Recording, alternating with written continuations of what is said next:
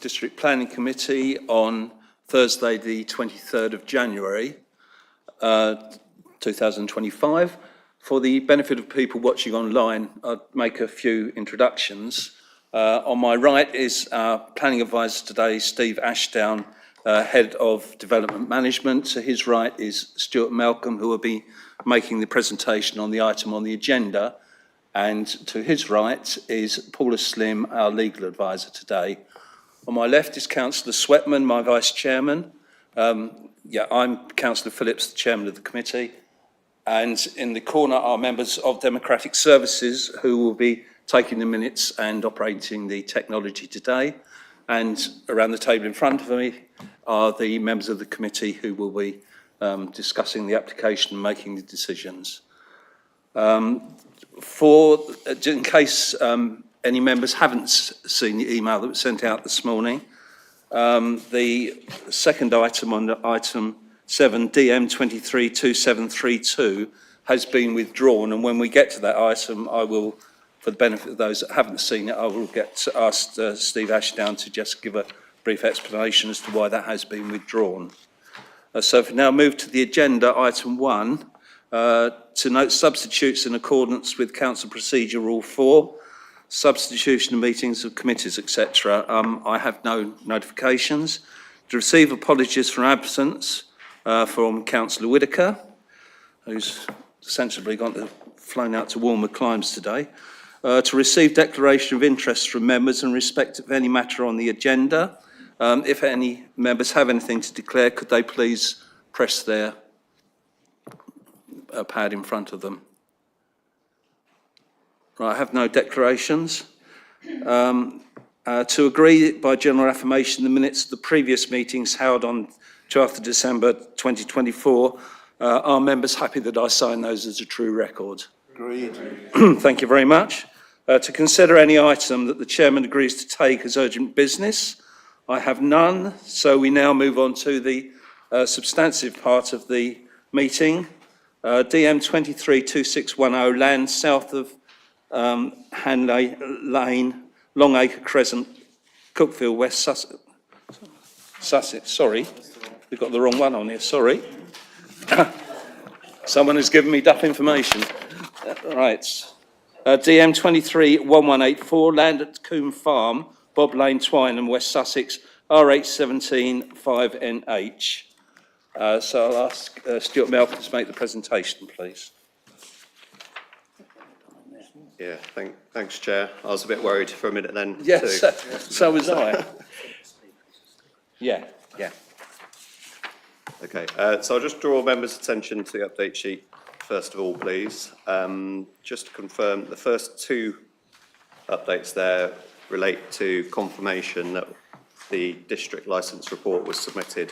It's in respect of Great Crescent Newts. The district licence report was submitted by the applicant, and we've had the follow-up comments from our specialist newt consultant at Nature Space confirming everything is in order. And the conditions that are required as part of that licence process are all as set out in Appendix A, with the one change to amended Condition 11, just to highlight the actual title of the plan specifically, as opposed to just say approved plan, which is in the agenda. Moving on to the next update, so back to some of the other conditions now. Condition 1, which is the time period for implementation, the applicant requested at the start of this week actually that they have a 7-year period in which to implement planning permission should it be forthcoming. As part of that correspondence, they cited the same approach being deemed acceptable on application DM 230769, which was the previous battery storage facility that was before District Committee back in October. It was deemed acceptable in that case, and they've highlighted the same reasons related to uncertainties around the time frame for grid connection, that being with the national grid. Officers are content that there's special circumstances in this case that would enable a reasonable change to that condition. So that's there to, like I said, just to confirm, giving a 7-year implementation period. Then just two more changes to conditions. Condition 23 The only change there is just to specify the times, just so it's clear what the definition of daytime and nighttime are. It's the same definition that's already in the British standards. And then condition 25, there's just a wording change to, because it's quite a long condition, I've highlighted specifically, it's the wording that's underlined towards the end of the condition that is subject to amendment. So that's it in terms of updates. I'll take members through the application. So the application site is known as land at Coombe Farm and is in an area of countryside located to the east of the Bolney substation National Grid facility. We can see the corner part of it here. This area here is the Rampion substation. So the site, as indicated by the red line on this plan, which is centrally located, measures 1.28 hectares in area and is largely undeveloped, being in use for grazing purposes, and it's bordered with hedgerows with some semi-mature trees, particularly on the western boundary of it. So although it's in the countryside, there are some residential properties in the vicinity of the application site, with these being referred to in section 9 of the report before you. These residential properties include Twynham Court Farm, which is to the west of the site, where there's a Grade 2 listed building. The farmhouse there is Grade 2 listed. To the east, there are properties around Coombe Farm itself, with Coombe Farm deemed to be a non-designated heritage asset. And then to the south, there are a number of properties along Bob Lane, with Downsview, Woodpeckers and Swallow Cottage being those located on the northern side of the road in this location here. And members will have seen from the report that Swallow Cottage is a non-designated heritage asset. There's a public right-of-way to the west of the main part of the application site. This is public footpath route 8T, which runs north to south from Bob Lane up the eastern side of Twynham Court Farm and north up past the eastern edge of the Rampion substation and the site of the previous battery storage facility I mentioned a moment ago, which was approved in this area here, and then north beyond into the fields up to another cluster of dwellings further north. Moving on to the site plan itself. So the proposal is to construct a battery energy storage system on the site, and that includes the associated infrastructure. The stated capacity of this facility is up to 100 megawatts. So as a recap, I'm sure you'll remember from the previous two district committees where the battery storage facilities have been before you. Battery storage helps to provide a network balance by importing electricity from the UK Power network at times of low demand and high production. The electricity gets converted from AC to DC through an inverter. The battery cells are then charged to store the energy before it gets exported back to the network at times of high demand by inverting the electricity back to AC. So this proposal consists of 52 battery storage cabinets with the Tesla Megapack 2 XL batteries being used. These are described by the applicant as modular, fully integrated, AC-coupled battery energy storage systems which use lithium-ion battery packs. So in addition to the cabinets, there are to be 26 inverter units which support the battery cabinets located at each end of the rows of the cabinets. There is a substation in the southern part of the site which contains additional supporting equipment, and the full details of the equipment and supporting infrastructure is set out in paragraph 10.4 of the report before you. The proposal will utilise existing vehicular access to the site that links to Bob Lane and the junction there with the public highway. This will involve a new access point into the battery storage compound itself, and that's being created off the existing agricultural track in the southwest corner of the site in this location here. This will be the primary construction access and provide for the primary operational access. So in addition to that, there's also a further access, the emergency access to the northwest corner of the site, which again links to the existing access track that leads down itself to Bob Lane to the south. and this is necessary to meet the requirements of the fire service and to accord with national guidance. The applicant has indicated a construction period of 6 months, and during the peak month of construction, it is anticipated there will be approximately 54 two-way vehicle movements per day, which would consist of 40 car or LGV movements and 14 HGV movements on average. Similar looking plan, but this is the landscaping plan. This shows where there is quite extensive new planting within the red line of the application site, which does include areas beyond the battery storage compound itself, these areas further to the south and further to the south and southwest, adjoining Bob Lane itself, which runs along here. In terms of the existing loss, however, this is restricted to the removal of one Category A ash tree and just over 9 metres of hedgerow, and these are required to facilitate the new access points in the southwest corner and up in the northwest corner, as I just mentioned a moment ago. The new planting includes a substantial new 10-metre wide linear woodland belt to the south and southeast of the battery storage compound to connect an isolated group of trees, which is located here. In addition, there is also new tree planting along Bob Lane, where the existing hedgerow will be allowed to grow taller, and there is further hedgerow and wildflower planting in various site perimeter locations. So that's the Bob Lane planting I mentioned a moment ago. And then there's other perimeter planting around the edges of the site itself. So the council's ecological consultant has confirmed that the development will not adversely impact any protected species around the site, subject to conditions, and a number of mitigation and enhancement measures are to be secured through condition. These include habitat enhancements, bat boxes, bird boxes, log piles, and as I made clear when I was referring to the update sheet, the applicant has also signed up to the Great Crested Newt District Licence Scheme. I'll mention biodiversity net gain at this juncture as well. Although it's not mandatory, the applicant is looking to provide biodiversity net gain, and this will include the purchasing of biodiversity credits at an off-site location in addition to the on-site interventions to ensure a minimum net gain of 10% is met, and the net gain will be secured by condition. In terms of hard landscaping, the proposal includes a 2.4 metre high security fence around the site, well, around the compound perimeter, to be clear, not the whole site, because obviously that includes some of the planting down to the south and the southwest, with it also being a 3 metre high acoustic fence along part of the eastern boundary. So this is the security fence on the right, and this is just a sample elevation of the acoustic fence that's partly along the eastern boundary.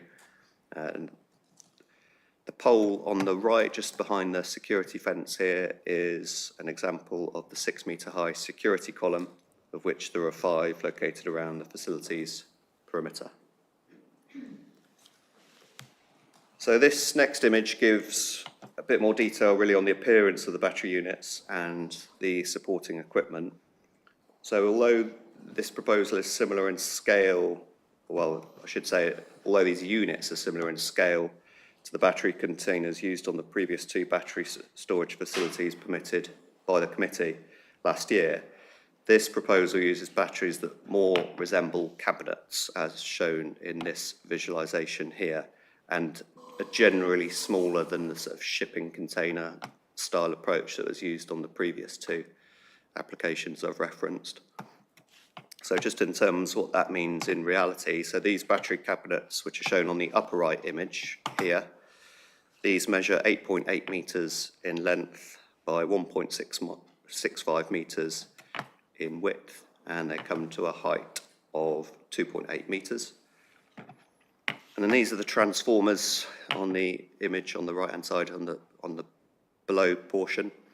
These are smaller, with these being 3.65 metres in length, and these are 3.2 metres in width with a height of 2.9 metres.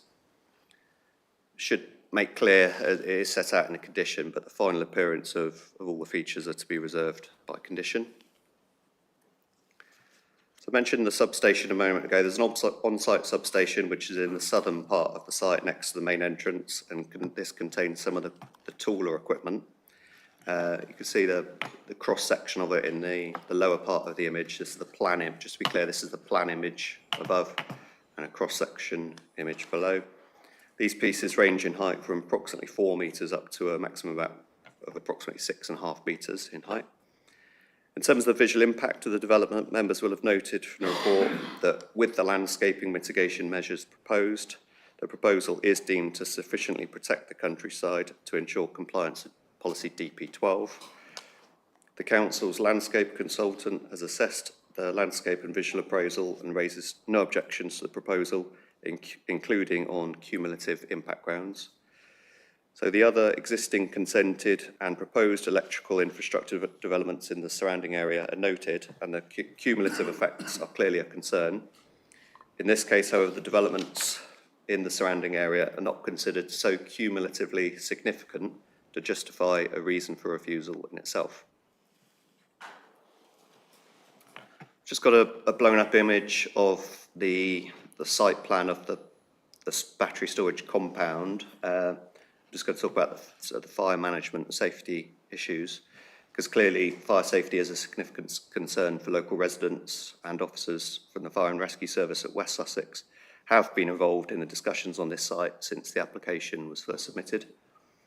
The applicant has provided a comprehensive fire safety strategy which identifies a number of safety measures, with these being set out at para 12.27 of the report. I'm just going to summarise some of those now though. Each battery unit will be covered by a battery monitoring system which will act as a means of detecting early signs of fire and thermal runaway. They also have a thermal management system that provides active cooling and heating to the internal components and an inbuilt venting system on each roof. The site will be monitored remotely 24 hours a day. And as per the manufacturer's specification, there is also a thermal cabinet between units and a thermal roof for greater fire resistance. In terms of water supply, there is to be 228,000 litres of storage within these two hatched blue tanks, which are located just to the side of the substation. And these will be linked, I should say, to some hydrants around the site, details of which are to be fully secured by condition. You see the H of the 3 hydrants shown in those positions. The fire service has confirmed that they will also be able to access nearby water mains or bring additional water to the site should they need to.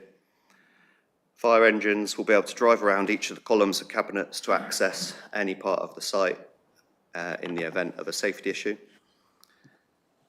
Already mentioned the emergency access to the northwest corner of the compound, which is provided in case firefighters are not able to access the site from the main southwesterly access of the site for any reason. The site is also bunded, which will enable any contaminated water to be stored and either disposed of safely or reused if possible. All these operational measures are to be secured through condition. So to conclude on this issue, West Sussex Fire and Rescue Service has robustly assessed the submissions and raised no objections to the proposal, subject to those various matters being secured through condition. Just going to finish with a few photos and images. This first one is a landscape visualisation. So the first image on top here, this is an existing photo. As the site is, it's the western boundary of the site as shown from the access track that leads down to Bob Lane.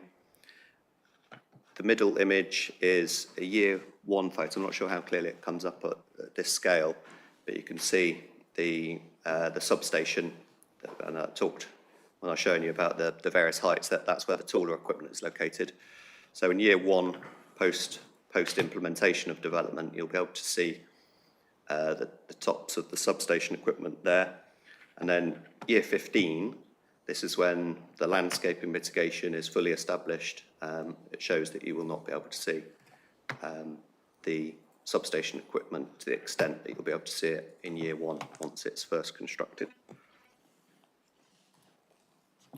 Next photo just shows, this is an image of the principal access route into the site where it branches off east from the track that leads down to Bob Lane. This is an image, it's the same access route, but it's a bit closer to the substation. Okay, so the site compound, I should say. This is the western boundary of the site compound. This is the southern boundary, and this location here is where the new access off the existing agricultural track is proposed.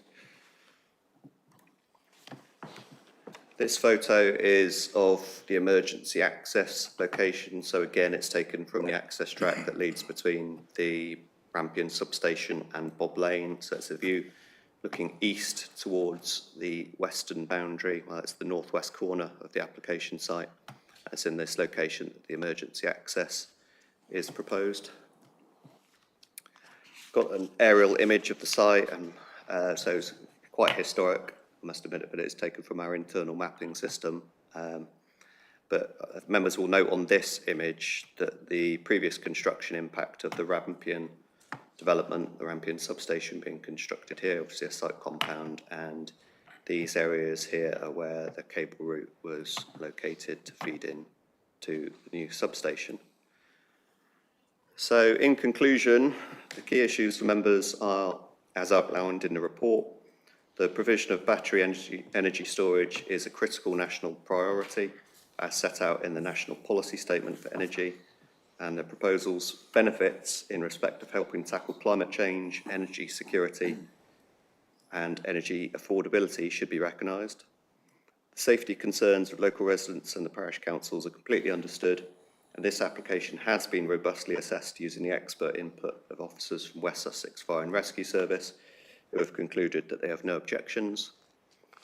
There are not considered to be any reasonable planning grounds to object to this application, with matters related to visual amenity, highways, trees, biodiversity and drainage all considered acceptable. There is some identified conflict with the development plan in respect of the less than substantial harm identified to the special interest of Twynham Court Farmhouse. There is also a low level of harm to the non-designated heritage assets of Coombe Farm and Swallow Cottage. Officers consider, however, that the identified public benefits outlined in the report outweigh this harm and the conflict with the listed building policy. The application is therefore recommended for approval. Thanks, Chairman. Thank you, Stuart. Right, we'll move on to the speakers, and if I can remind you, I think you've all been here before, but remind you that you have 3 minutes each, and I would try and advise you when you have 1 minute left. And at the end of 3 minutes, if you are still speaking, can you please wind up in one sentence? The first speaker is Councillor Annie Hurst of Twynham Parish Council. If you'd like to take your seat there, and the 3 minutes will start when you start speaking.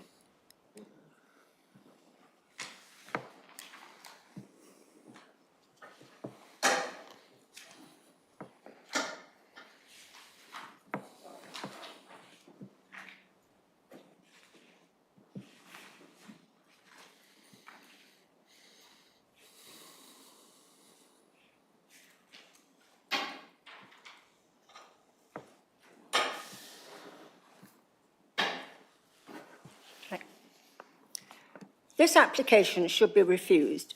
This is the third time in just over 7 months that a member of Twynham Parish Council has made comments to this committee. Twynham Parish Council is becoming increasingly concerned that their views are not being listened to.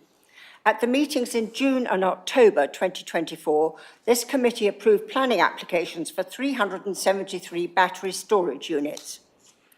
It is with major concerns to Twynham Parish Council that this application for a further 52 white batteries on top of a hill has been recommended for permission. At paragraph 12.53 of the committee report, it is stated that officers do not consider the cumulative effects issue as a matter which would warrant refusal of this particular application. In the event that permission is granted, electrical infrastructure will then cover an area of 1 mile east-west and 3/4 of a mile north-south. And yet DPS 3 of the Emerging District Plan, Renewable and Low Carbon Emission Scheme states, adverse impacts, including cumulative landscape and visual impacts, are addressed appropriately. This is clearly not the case. This installation will have a very adverse impact on the appearance of the area. It will be overbearing. There are major highways issues with 1,358 vehicles anticipated in month 4 of the construction period. It will be an intrusion in the countryside. Twynham Parish Council is unaware of a confirmed point of connection to the national grid. The type of batteries to be used are Tesla Megapack 2XL. There have been multiple fires from these batteries in Australia and California, USA. West Sussex Fire and Rescue Service wrote to Mr. Malcolm on the 6th of June 2023 stating, ensuring the BESS is located away from residential areas.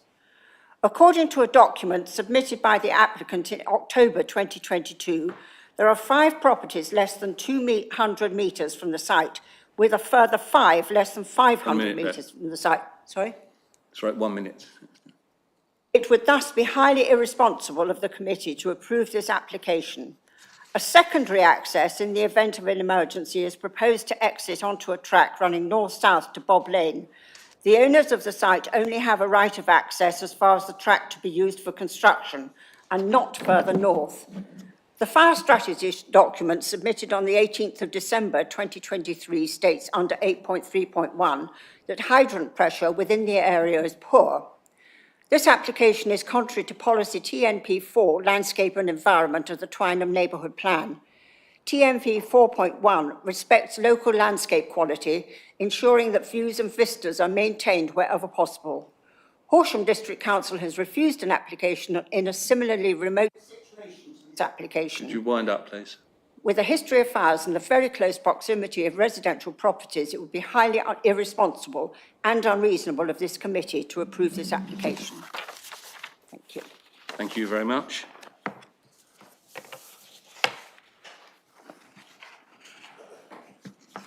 Right, the second speaker is Councillor Vicky Hawken of Bolney Parish Council.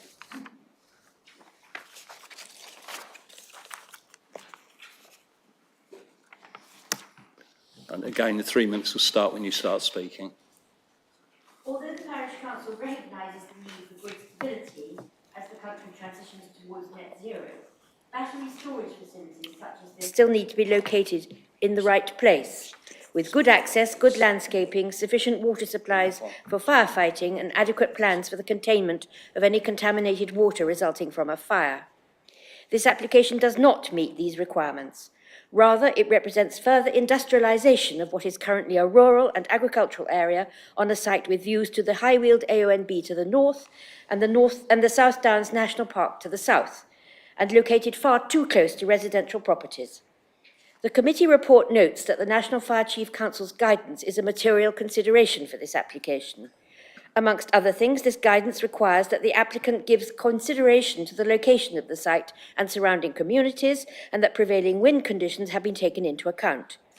Further, West Sussex Fire and Rescue's guidance requires that the BESS is located away from residential areas and that prevailing wind directions have been factored into its location in order to minimise the impact on local residents of any toxic fumes produced during a fire event. No evidence has been produced by the applicant that the prevailing wind has been factored into selection of the site, nor that any consideration has been given to local residents. As noted in paragraphs 9.5 and 9.6 of the committee report, this site is less than 150 metres from the nearest residential properties. Would you want this facility 150 metres from your home? Further, due to the applicant's failure to provide cross-sectional plans with its application, it is not possible to properly assess the screening proposed, nor the adequacy of the bunds sited around the batteries to prevent the runoff of contaminated water in the event of a fire. Bolney Parish Council therefore questions the landscaping proposed and whether it will leave the batteries and electrical equipment visible from the nearby public right-of-way in the autumn and winter months. Without such cross-sectional plans, it remains unclear whether the bund height proposed will adequately prevent firewater runoff if the site is not level. Finally, Bolney Parish Council objects to informative number 7 in the draft recommended conditions at Appendix A of the committee report. In the past couple of years, there have been 2 huge fires at Tesla battery facilities in Australia. Both occurred before the battery sites had become operational. It is therefore imperative for the health and safety of residents and for the environment that the applicant be required to produce a risk management plan and emergency response plan before construction commences and not before the site becomes operational, as currently drafted. The Parish Council asks that this informative be amended accordingly.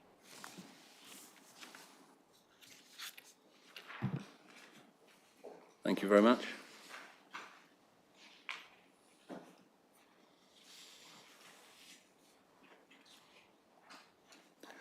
Right, so there's now one speaker in favour of the application, and Andy Fewings of Lightbrook Power.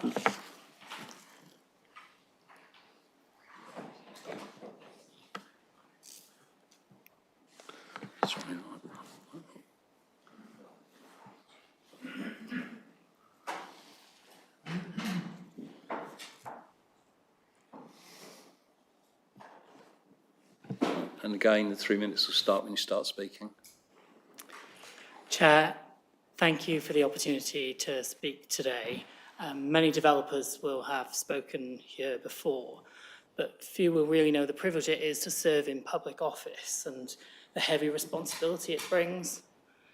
I'm fortunate to have the same experience of the elective role you each undertake today, so I can appreciate that balancing national and international issues as well as representing the views of your local residents can be a difficult task at times. Issues like the cost of living, climate, and biodiversity crises. We are the most nature-depleted country in the G7, with nearly 1 in 6 species threatened with total loss across Great Britain. The turtle dove is the UK's fastest declining bird, and it's also threatened with global extinction. We strive to be a wildlife-friendly developer. That is why our proposals prioritise the turtle dove in our BNG plans.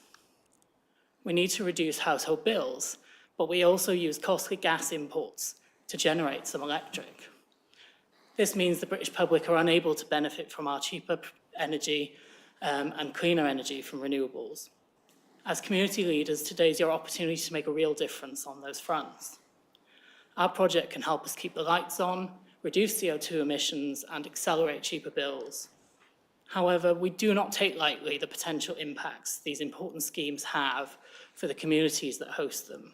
And we don't claim it's possible to keep everyone 100% happy 100% of the time. But we do value all the community and stakeholder contributions and any resulting improvements. I don't have time to take you through everything today, but I did want to highlight a few points. Firstly, the diligence and professionalism from the Fire and Rescue Service has been incredible. I want to thank them for all their time, particularly as best fire safety guidance changed during the course of this application. We've incorporated all their feedback, and as the fire safety experts, we're pleased that they had nothing further to raise from an operational risk perspective, and we're satisfied with the final proposals. Secondly, our landscape proposals, which include enhanced screening from new, improved and restored hedges, will be conditioned. We're grateful for your officers' views that the impact on heritage assets are mitigated by our proposal, such that the public benefits outweigh the less than substantial harm identified to some important properties, including from cumulative effects. Finally, we have reconsulted appropriately to avoid further issues. For example, the secondary emergency access needed for fire safety purposes has been designed so that it also sufficiently limits the impact on heritage assets. We are delighted our final application has your officers' recommendation for approval. We want to thank them for their competency and professionalism throughout. We trust you will agree that there is no planning reason to refuse today. Chair, I hope that your committee feels able to approve this, and thank you also for your service to public office. Thank you very much.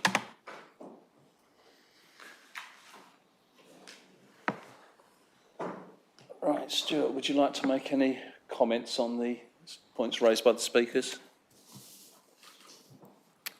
I don't think I need to make any points of clarification. Thanks, Chair. Thank you very much. One thing that was mentioned was the emerging plan, but because of the state of the emerging plan, I'll be correct in saying that we can give very little weight to that because it's still in under the inspection.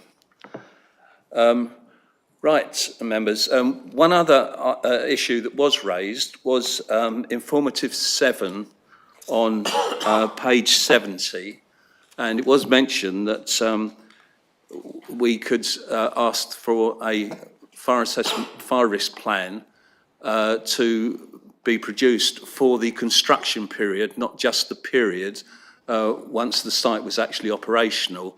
And if members are minded to have that informative 7 amended, I have spoken with the officer this morning, and he's content that content for that to be done. So our members agreed that we should do that. So if we could amend that, please, Stuart, to reflect that. Thank you very much. Right, over to you, members.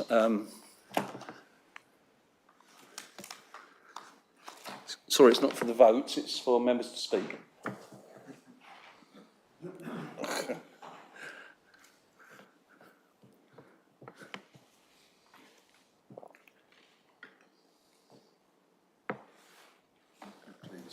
Yeah, can you clear that screen and bring the members back up, please? Okay, right. Councillor Bates. All right, I wasn't too sure if I was going to kick off this. You mentioned the emerging plan, but I was going to come in straight away and I am concerned about what I've heard and what we've seen on site and the sort of creep of all these sites around the network. But I think that we need, as a council, to have an annual update report monitoring the progress, because we hear about extension of time up to 7 years, nothing might happen, and then we'll have another planning application nearby asking exactly the same condition. Before we know, we'll have so many sites and nothing's going to happen.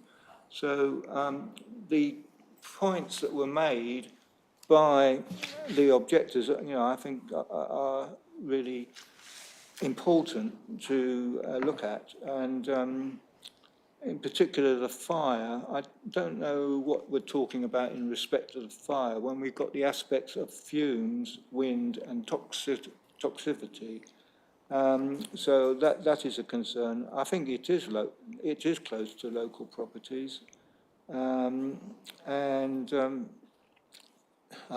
Battery location, I'm not actually sure what the right place implies, but we know that it has to be next to the network. So you've dealt with condition 7. So that's basically, I do share concerns. Thank you. Do you want to address the issue about the fumes now, or wait till more members have spoken? Happy to come back. Thank you. Now, Chairman, if you'd like me to. Yep. So if I just draw members' attention to paragraph 12.33. I can't tell you what page number that is, I'm afraid, because I don't have page numbers on my agenda, but it's paragraph 12.33. This addresses the concerns that have been raised around smoke and toxic fumes that potentially result from a fire event, and these concerns are noted by officers. But I think the key point is that there's no specific measures that can be put in place to prevent smoke and fumes leaving the site if there's a fire, but specific measures can be put in place, as referenced within the fire safety section of the report, that will minimise the risk of a fire event occurring in the first place. I think that's the key point. And as such, officers feel that those concerns are relayed. Obviously, this has been subject to assessment from the Fire and Rescue Service, and this is an issue they're aware of and are content with the measures that are being put in place to be secured to minimise that risk in the first place. Thank you. One point I did mean to make was that one thing that has changed since the previous 2 applications we looked at is that the new MPPF that came out in December does actually strengthen support for infrastructure projects to support the economy, and that, you know, that it is stronger than was in the previous MPPF. Do any other members? Councillor Peacock. Yeah, thank you, Chairman. I mean, I share the concerns of Councillor Bates and indeed the councillors, and like many of us, I spoke at the last application in October, but and this is a separate application, but it shares very similar issues. It's a very similar application. One of the key issues we discussed then was the proximity to the existing power infrastructure, substation infrastructure, just across the other side of the lane. We agree, you know, in that situation, it was felt sensible that an expansion and consolidation of this type of site should be near that Rampion location. I pointed out the concern I have is with farmland being used increasingly not to produce food. But when we look at the facts and the recommendation we're given and the feedback from the fire service, they have no concerns, and they've been through this application, I'm sure, in great detail against national fire regulation and guidance in a background of international feedback as well. And these Tesla mega packs have been out for a number of years in operation. So when I look at it, it may not be ideal. I personally would like the land to be used for producing food. I take on board what you say about, the residents say about, and the councillors say about pollution and potential fire pollution in the air. But the application we had before is consistent, and I can't see a reason to reject it myself as it's put forward, and the strengthening of the NPPF to boost business and also meeting our net zero commitments. So unfortunately, I would have to support this, although it may not be palatable to residents and councillors. Thank you. Thank you, Councillor Peacock. Councillor Kennedy. Thank you, Chair. Actually, I'm going to echo what Councillor Peacock said. Really. I think one always has concerns when there's development right in the middle of the countryside in a field that is being used for agricultural or grazing purposes, at least. It is close to some residences, but it's relatively remote. And I think the applicant has put together quite a good screening package in terms of the landscaping and the extra trees and bushes that are going to be put in those two areas to the south of the potential site. And I think we can't escape from the fact that this is a critical national priority. The storage and conservation of electricity that's been generated by wind farms or elsewhere is something that we need to preserve, and this is something for the future. And whilst it's regrettable that it's being proposed within 150, 200 yards of the nearest residences, I think that's something that we have to be aware of, but I don't think that it should be something that would defeat the application. I too, as Councillor Peacock has said, am concerned about the potential fire risk, but that seems to have been covered off quite comprehensively. So I'm effectively in support of this application. Thank you, Councillor Kennedy. Councillor Sweatman. Yeah, thank you, Chairman. Yeah, I agree with the comments that have been made. The point is that, you know, reference to location of this battery storage unit is we haven't got a lot of choice because it has to be near and pretty close to the actual substation, as we have seen with the other battery units, storage units we've approved, not in the vicinity. The only thing, this has got to happen because, as I've said before in the meeting, if the sun don't shine and the wind don't blow, you're not getting electricity. So you need a backup, in which case, this is why we need these battery storage. And this is our, how can I say this without being too controversial, our aim of going totally net zero. You know, perhaps I shouldn't say this, but I should take a leaf out of Trump's book and drill, baby, drill. But there you go, that's my own personal opinion. I'm quite happy with the fire service recommendations. They are the experts.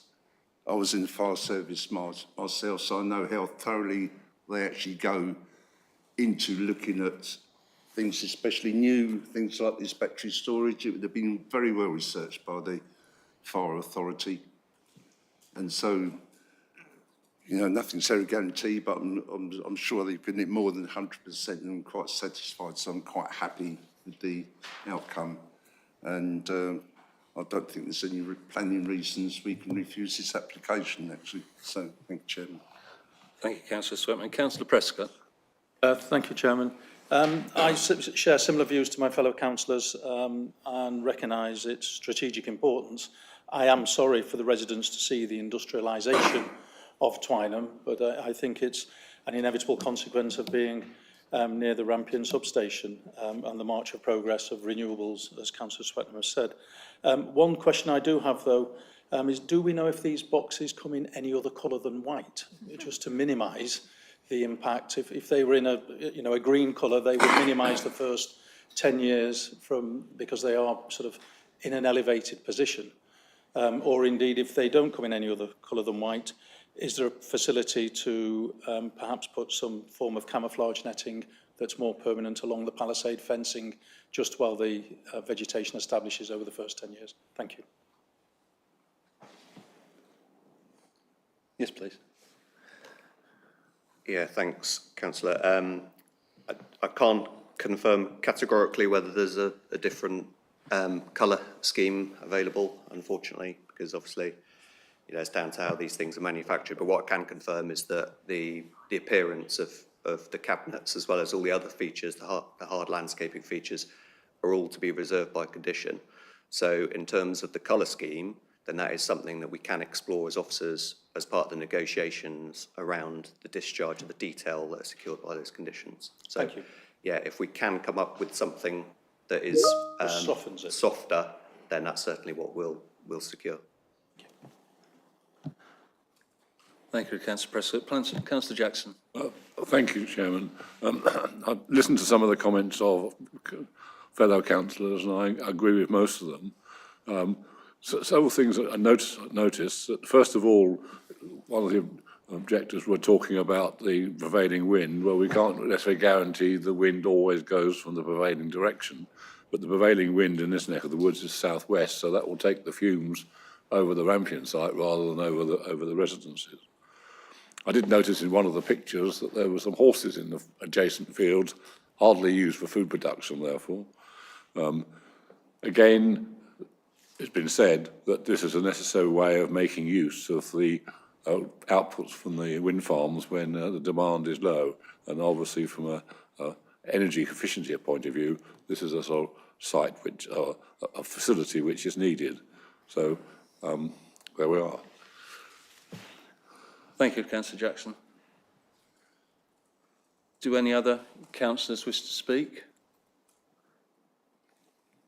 Councillor Kennedy. Thank you, Chair. Sorry, there's a point I meant to ask a question. I meant to ask when I spoke a minute ago. It's about the 7-year period that the development might take place. It seems rather longer than we would usually grant, and I just wondered what the reasons were for that. Yeah, Stuart. Thanks. Yeah, it's perfectly reasonable question. I think in this case it's because it's quite a unique proposal, a unique development. We wouldn't necessarily allow this type of extension to the implementation of a planning permission through on a standard housing scheme, for example. But because this is somewhat unique, and the main difference between this and any other development that would make such a request is that this would be reliant, the implementation of it would be reliant on a grid connection. And I understand that there's quite a few uncertainties around the timescales on those grid connections. So obviously the applicant can't commit all the money to develop the site until such time as they've got a confirmed grid connection, and that could well be beyond the 3 years that would ordinarily be permissible. So there's unique circumstances in this case. I don't think members need to be concerned about setting a precedent, for example, for other developments. But what I would say on the back of that is that to ensure a consistent approach, this is the same approach that the committee took when the application was permitted on land to the northwest under application DM 230769. So they made a similar request, setting out similar reasons, as has the applicant here, and officers are content that there's special justification in this case that applies to allow that extended period of implementation. Thank you, Chair. Right, if no other members wish to speak, could I have a proposer and seconder for the recommendation on page 11, please? Councillor Sweatman, seconder, Councillor Prescott. Thank you very much. Could we move to the vote, please? And just to remind members, it's the recommendation on page 11, which is recommended that planning permission is granted subject to the conditions listed in Appendix A, plus the variation of the conditions as listed in the update report and the adjustment to informative 7 that we've requested the officer to make. So it's that entire package. So, right. One member, right, everybody's voted. Right, vote is closed. That's 9 in favour, none against and 2 abstentions, so the recommendation is passed.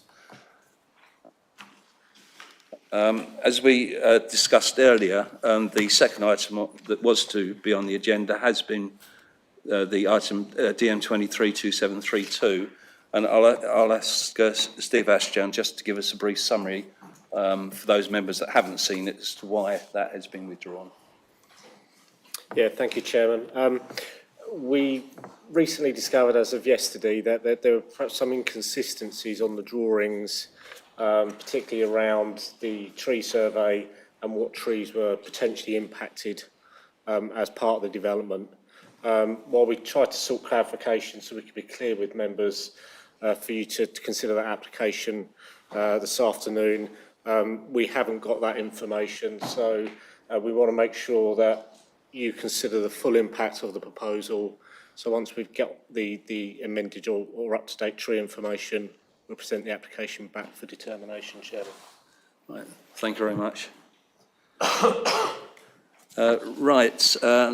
There are no items recommended for refusal. Other matters, I have none.